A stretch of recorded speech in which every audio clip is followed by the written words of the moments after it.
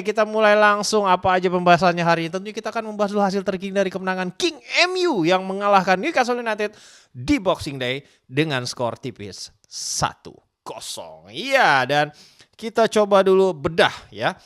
Apa saja sih hal yang bisa dipetik dari kemenangan Manchester United semalam? Yang pertama, ini adalah sebuah perubahan formasi yang dilakukan oleh Ruben Amorim untuk bisa mengakomodir hasil yang positif dalam proses menjalani Boxing Day tanpa pemain-pemain kuncinya yang memang beberapa itu harus bepergian ke kompetisi AFCON. Ya, dengan beberapa perubahan ini Amorim akhirnya menepati janjinya untuk merubah formasi dan meninggalkan formasi 3-4-3 dan memilih menggunakan formasi 4-2-3-1. Ya, ada beberapa perubahan yang dilakukan atau ditweak oleh Ruben Amorim. Pertama, yang paling kentara itulah membuat atau memainkan Patrick Dorgu sebagai penyerang sayap kanan, ya.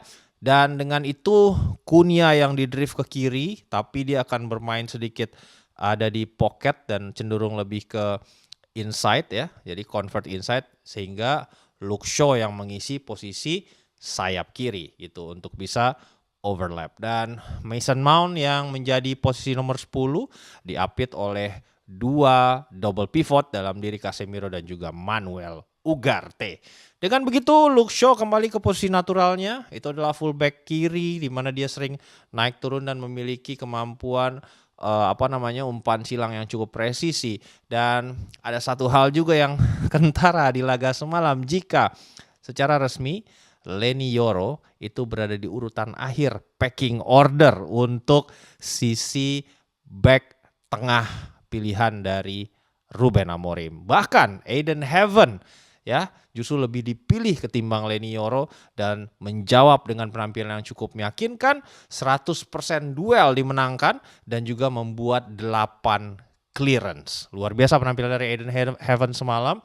Dan dengan formasi ini United mampu mengimbangi pendekatan fisik yang diterapkan oleh Newcastle United dan nyaris mampu mengungguli Newcastle dalam hal memenangkan second ball ya.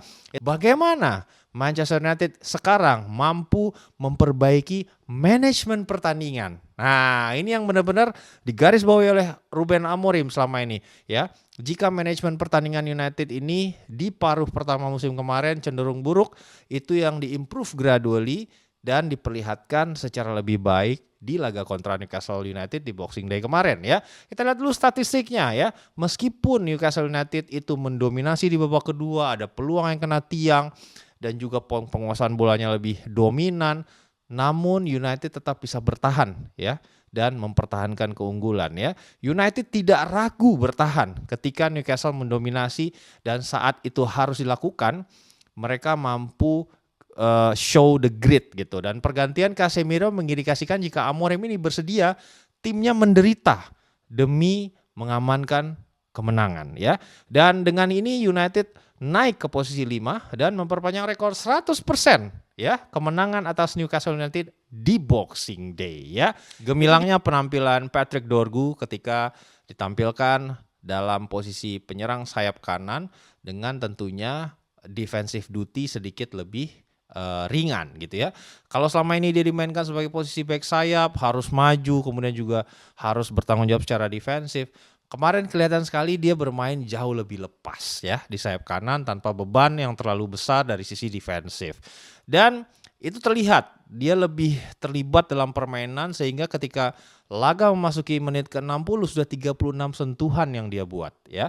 Dan dia juga memiliki level of versatility yang cukup oke karena bisa memainkan di kanan, bisa main di kiri, dan ini membuat akhirnya United harus mempertimbangkan secara serius apakah perlu untuk masuk dalam perburuan untuk tanda tangan Antoine Semenyo ya. Dan dia mencetak 1 gol dengan 8 kali duel 1 lawan 1 dimenangkan, ada 5 clearance yang dibuat juga oleh Patrick Dorgu, ada 2 intercept, 4 kali recover ball, dan terakhir membuat 1 blok yang krusial. Aiden Heaven yang merupakan salah satu pemain muda yang mampu step up di 2-3 laga terakhir menyatakan, jika saya pikir sebagai Manchester United, sebagai institusi yang memiliki magnitude luar biasa, kami pantas berada di Eropa, kami ingin kembali ke sana musim depan dan menekan masuk ke 4 besar dan jika mungkin menjuarai liga. Iya, Heaven ini benar-benar orangnya ambisius banget ya, dari kemarin